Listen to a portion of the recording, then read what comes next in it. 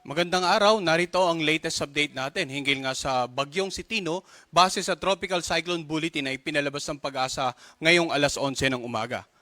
Makikita natin sa radar image animation na within the radar range na nga ang bagyong si Tino. At dito yung tinatayang mata ng bagyong si Tino ay very visible na sa G1 Doppler radar natin. At sa latest satellite image animation naman natin, makikita po natin yung malawak na kaulapan nito ay tumatama na nga sa ilang bahagi ng Bicol Region, Eastern Visayas at maging sa northeastern part ng Mindanao. Kanina alas 10 ng umaga, ang bagyong si Tino or typhoon na si Tino ay tinatayang nasa layo na lamang na 285 kilometers east-southeast ng G1 Eastern Samar. Taglay nito ang lakas ng hangin na umabot hanggang 120 kilometers per hour malapit sa gitna nito. At ang pagbugso naman ay aabot hanggang 150 kilometers per hour.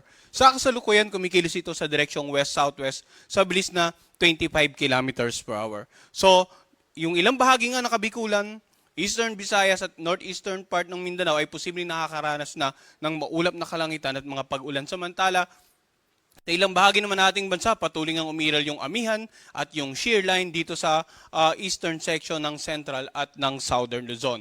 So, ano nga ba yung inaasahan natin pagkilos ng bagyong si Tino? Unahin po natin yung forecast track. So, makikita po natin sa pinaka-latest forecast track na inaasahan palang posibleng maglandfall ang bagyong si Tino dito sa may bandang Eastern Visayas, Dinagat Island, Siargao Island area sa pagitan ng posibleng papalapit na mamayang hating gabi hanggang bukas ng madaling araw. At bukas nga ng umaga, inaasahan itong nasa may bandang coastal waters na ng Asturias, Cebu. So tingnan po muna natin yung patuloy na paglapit sa kalupaan ng ating bansa. Yung center track, inaasahan natin posibleng tamaan nga itong Dinagat Island o kaya itong Southern Leyte. Pero tingnan natin yung area of probability. So sino-sino bang dapat maganda sa paglandfall? Sa unang landfall, that is, isama na rin po natin yung southern part ng Eastern Samar, southern part ng Samar, the entire Leyte province, Dinagat Island at maging itong Siargao Island at itong northeastern part ng Surigao del Norte. Now, kung titingnan po natin sa mga susunod na oras hanggang sa darating na Huwebes ay tatawirin nga nito, no? Itong nakararaming bahagi ng Visayas at posibleng mag-exit dito sa northern part ng Palawan. So ano ba yung mga lugar na pwedeng tawirin or tamaan ng sentro ng bagyong si Tino aside from the initial landfall? Tingnan natin yung area of probability, no? So, northern part of Cebu, northern part of the Negros Island region, Panay Island, and then itong northern part ng Palawan. Pero tingnan din po natin yung area of probability.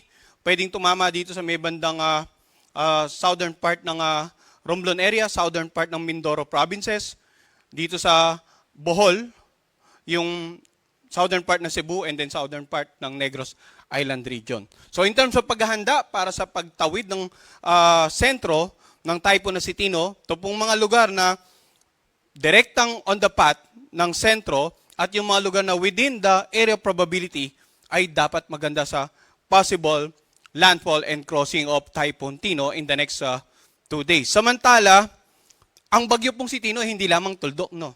Itong pinag-uusapan po nating movement ay ng sentro lamang. So tingnan natin yung lawak, yung diametro, no? Kung makikita natin dito sa ating forecast track, kapag ang sentro ng bagyong si Tino ay nandito na or any point dito sa ating forecast track, yung diameter, yung nasasakupan ng bagyo, ay marami ring lugar na mako-cover. That is why, aside from the forecast track, ay meron tayong wind signals na napakalayo, bagamat malayo sa sentro, basta within the typhoon range, ay kasama po sa listahan ng mga lugar na may wind signal. Tingnan naman po natin kung ano yung mga lugar na may wind signal. So sa ngayon, makikita natin yung lugar na naka-highlight ng orange, nakataas dyan ng wind signal number 3. So ito po yung ilang southern portion ng Eastern Samar, southern portion ng Samar, itong central and southern portion ng Leyte, at itong southern Leyte. Wind signal number 3 rin ang nakataas sa may bandang Camotes Island, eastern portion ng Bohol, sa Dinagat Island, northern portion ng Surigao del Norte kasamang Siargao, at Bukas Grande Island. Kung makikita po natin kanina dun sa ating forecast track, ito pong mga nabanggit nating lugar ay pasok dun sa area of probability, yung lugar na pwedeng unang tamaan ng typhoon na si Tino. Ngayon, tingnan naman natin ano pa yung mga lugar na may mga iba't iba pang wind signal aside from sa number 3. Sa mga lugar na naka-highlight naman ng yellow, nakataas ang wind signal number 2. So ito yung southern portion ng Masbate, central portion ng eastern Samar, itong central portion ng Samar, ang natitirang bahagi ng Leyte, itong Biliran, ang natitirang bahagi ng Bohol, Cebu, northern at saka central portion ng Negros Oriental. Wind signal number 2 rin ang nakataas sa may bandang Guimaras, eastern portion ng Capiz, northern eastern portions ng Iloilo, sa natitirang bahagi ng Surigao del Norte, northern portion ng Surigao del Sur, northeastern portion ng Agusan del Norte, at saka northern portion ng Camiguin. So, binanggit nga natin kanina ang bagyo hindi lamang tuldok, kung kaya't bagamat ang pinakita nating forecast track ay halos dito tatawid sa mga lugar na ito, dahil sa lawak or diameter ng bagyo, may mga lugar na kahit malayo ay mayroon pong wind signal. Ngayon yung mga lugar na may wind signals number 3 and 2, inaasahan na makakaranas ng masungit na panahon. Ang lakas na hangin, pwedeng makapagpatumba ng iba't ibang uri ng pananim. Pwedeng makapagpatumba ng mga billboards, makapagpatumba ng mga poste ng kuryente, makasira ng mga bahay na gawa sa light materials, or even yung mga modern day na bahay na medyo mahina na po ang suporta. And of course, dapat manatili tayo sa loob ng bahay kapag tumatawid na yung sentro ng bagyo sa ating lugar. Samantala, mamaya titingnan naman natin yung mga pag-ulan na dulot ng bagyong si Tino. In terms of epekto ng hangin, ang mga baybaying dagat po sa mga lugar na yan, inaasahang magiging maalon hanggang sa napakaalon. Hindi na po pinapayagang lumaot ang anumang uri ng sakyang pandagat dito sa mga lugar na may wind signals number 3 and 2. Tingnan naman natin yung mga lugar na may wind signal number 1, ito po yung naka-highlight ng light blue dito sa ating mapa. So mapapansin natin, bagamat malayo sa sentro, dahil nga doon sa tinatawag nating diameter or lawak ng bagyo, may mga lugar tayong wind signal number 1 dito sa Bicol Region, Albay, Sorsogon. Natitirang bahagi ng Masbate kasama ang Burias at Ticao Island. Itong southern portion ng Quezon, southern portion ng Marinduque, Romblon, central and southern portion ng Mindoro. Wind signal number 1 din po ang nakataas sa northern portion ng Palawan kasama ang Calamian Island, Cuyo Island at Cagayancillo Island. Ganon din sa northern Samar, sa natitirang bahagi ng eastern Samar at ng Samar, sa Siquijor, dito sa may bandang natitirang bahagi ng Negros Oriental at Negros Occidental. Wind signal number 1 din sa natitirang bahagi ng Iloilo, natitirang bahagi ng Capiz, sa lalawigan ng Aklan, sa Antique kasama ang Caluya Island, sa natitirang bahagi ng Surigao del Sur, sa northern at central portion ng Agusan del Sur, or rather, sa natitirang bahagi ng Surigao del Sur, and then sa northern central portion ng Agusan del Sur. So yung mga lugar po na may wind signal, makakaranas naman ng mga pag-ulan, paminsan-minsang pagbugso ng hangin, and of course, ang mga baybaying dagat magiging maalon hanggang sa napakaalon. So, para ituloy, meron pa rin tayong wind signal number 1 dito nga sa natitirang bahagi ng Surigao del Sur, northern and central portion ng Agusan del Sur, natitirang bahagi ng Agusan del Norte, natitirang bahagi ng Camiguin, Misamis Oriental, northern portion ng Bukidnon, northern portion ng Misamis Occidental, at northern portion ng Zamboanga del Norte. At asahan po natin sa patuloy ng paglapit ng bagyong si Tino sa ating bansa, posible pang magkaroon ng mas mataas na wind signal. Ang tinataya po nating highest wind signal ay posibleng umabot ng number 4, at karaniwan po may tataas yun sa mga lugar na malapit sa sentro.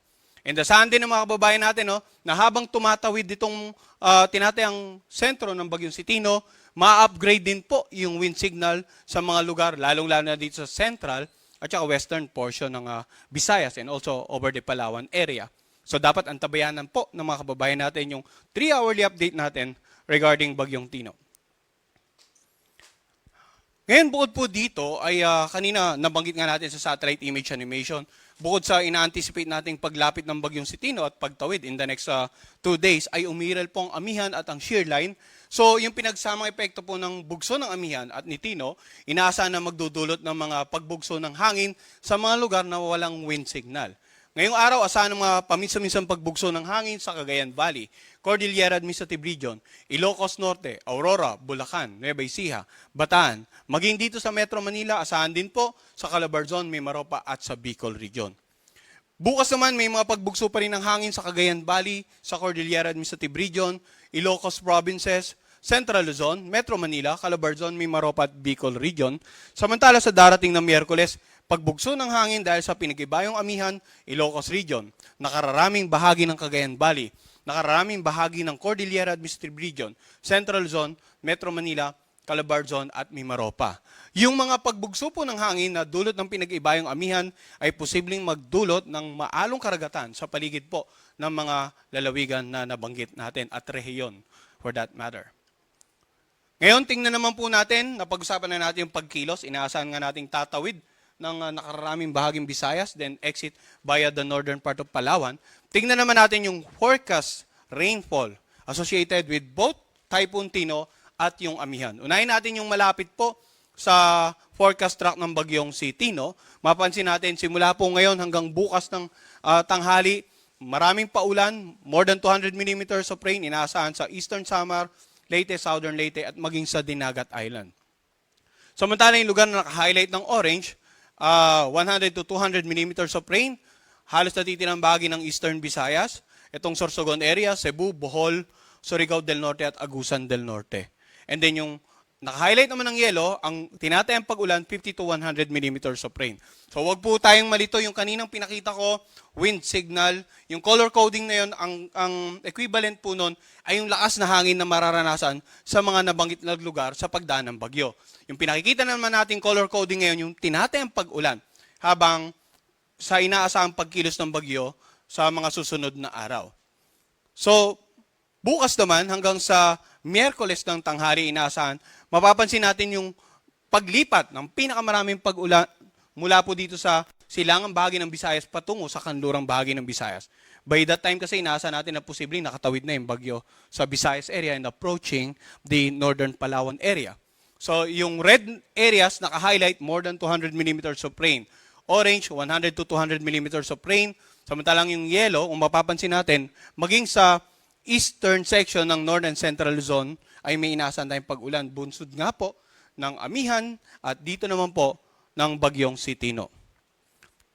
Pagdating naman ng Miyerkules ng tanghali hanggang Huwebes ng tanghali, pansinin natin na halos minimal na ang pag-ulan inaasahan natin. Palawan area na lamang at dito nga sa may bandang Aurora at Quezon area. Sapagkat by Thursday, inaasahan nga natin tuluyan ng nakalabas ng PAR ang bagyong si Tino. So, paalala natin, no, doon sa mga lugar, balikan po natin, no, yung lugar na naka-highlight ng red, yung mga pag-ulan, pwedeng magdulot ng mga pagbaha, lalong-lalo po sa mga low-lying areas, sa mga lugar na malapit sa komunidad na malapit po sa mga tabing ilog sapagkat is either umapaw yung ilog sa inyong lugar dahil sa sobrang pag-ulan or yung mga pag-ulan sa karatig lalawigan at yung ilog na nandun, dadalo yung pinakang outflow patungo naman sa ilog sa inyong lugar.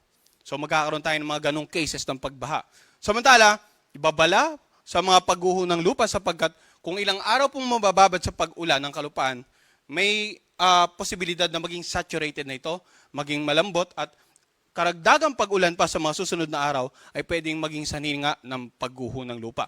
So paalala natin sa ating mga kababayan sa mga lugar na may wind signal, sa mga lugar na binanggit natin na makakaranas ng malakas na hangin, sa mga lugar na makakaranas ng maraming pag-ulan, patuloy nga makipag-ugnayan. Ngayon pa lamang, no? Actually kahapon pa lamang, nagbibigay na tayo ng paalala. Patuloy na makipag-ugnayan po sa kanilang local government at saka local disaster risk reduction managing officers para sa patuloy na gawaing pangkaligtasan, disaster preparedness and mitigation measures. In terms of babala naman ng storm surges or daluyong, lalong-lalo sa mga coastal areas, mapapansin natin more than 3 meters posible dito nga sa ilang bahagi ng Eastern Visayas. 2.1 to 3 meters sa mga areas na naka-highlight, coastal areas na naka-highlight ng orange. Yan yung unang naka-expose dito nga sa paparating na bagyo. And then, around 1 to 2 meters dito sa mga coastal areas ng mga komunidad sa Visayas, ilang bahagi ng Southern Luzon, at maging sa northeastern part ng Mindanao. So habang malayo pa yung bagyo, pinapayaw po natin mga kababayan natin sa coastal community as much as possible. Kung makakalikas na po kayo sa mga lugar na mas mataas, sa inyong mga kamag-anak na nakatira ng mas malayo sa mga coastal areas, para makaiwas sa daluyong, yung paghampas ng malalakas sa pag-alon habang paparating yung bagyo. Pero bago nyo po gawin yun, no, siguraduhin din po natin nakatali na yung ating mga bangka, may sapat na suporta na yung ating mga kabahayan para dumating man yung daluyong at yung malalakas na hampas ng hangin ng Bagyo si Tino ay kahit paano, kampante po tayo na na-secure po natin yung ating kabahayan sources of livelihood. And then, yun nga, nandun na tayo sa mga designated evacuation centers or sa mga kamag-anak natin na nakatira sa mas safe na lugar na mas safe against the threat of storm surge. Ngayon, kung makikita naman po natin, may gale warning po tayo. Ang gale warning naman po natin, ito yung babala ng malalakas na pag-alon offshore. Dahil nga may paparating na bagyo, mapapansin natin, ay halos itong southern part ng Bicol region at yung the entire eastern Visayas at northeastern Mindanao, may gale warning na po. Ipinagbabawal na pong lumaut ang anumang uri ng sakyang pandagat dyan. No? At dito naman po sa northern at saka eastern seaboard ng Luzon, mapapansin natin, magiging maalon na dahil nga sa pinag-ibayong amihan. So, ingat po sa mga kababayan nating mangisda at yung mga may maliit na sakyang pandagat sa pagpalaot dito. Pero as much as possible, hanggat maaari, iwasan na rin po muna nating pumalaot kung kakayanin pa para makaiwas yung biglaan kasing pag-alon, pwedeng makapagpatumba po ng maliliit na sakyang pandagat. No? And then sa natitirang bahagi ng ating bansa, magiging katamtaman hanggang sa maalon ng karagatan. Subalit, sa patuloy na paglapit po ng bagyong Sitino, posibleng maging mas malawak pa yung mga bahaging karagatan ng gale warning. No? Hindi lamang dito sa silangang bahagi, kundi sa central and western section ay posibleng magkaroon tayo ng gale warning sa mga susunod na oras. Kaya antabayanan din po yung ating gale warning na ini-issue every 12 hours. Mamayang alas 5 po yung magiging latest issuance. Samantala, may mga localized warning po tayo no? Dahil sa mga pag-ulan, malalakas na hangin, in particular sa mga pag-ulan, meron po tayong mga tinatawag na Pag-asa Regional Services Division na siya naman nagpapalabas ng mga localized thunderstorm at heavy rainfall warning. As of 11 a.m. today, ang Pag-asa Visayas PRSD ay nagpalabas po ng heavy rainfall warning number 2 at makikita natin na naka-highlight po dito yung mga lugar na kung saan inaasahan yung mga pag-ulan associated with the yellow warning. Antabayanan din po every 3 hours naman ang issuance ng ating mga heavy rainfall warning ng ating mga Pag-asa Regional Services Division sa inyong lugar. Sa patuloy na paglapit ng bagyong Sitino, ano-ano nga ba yung dapat natin gawin? Muli, magpapaalala po tayo, no? Makinig ng balita at mag-monitor sa updates na galing sa Pag-asa.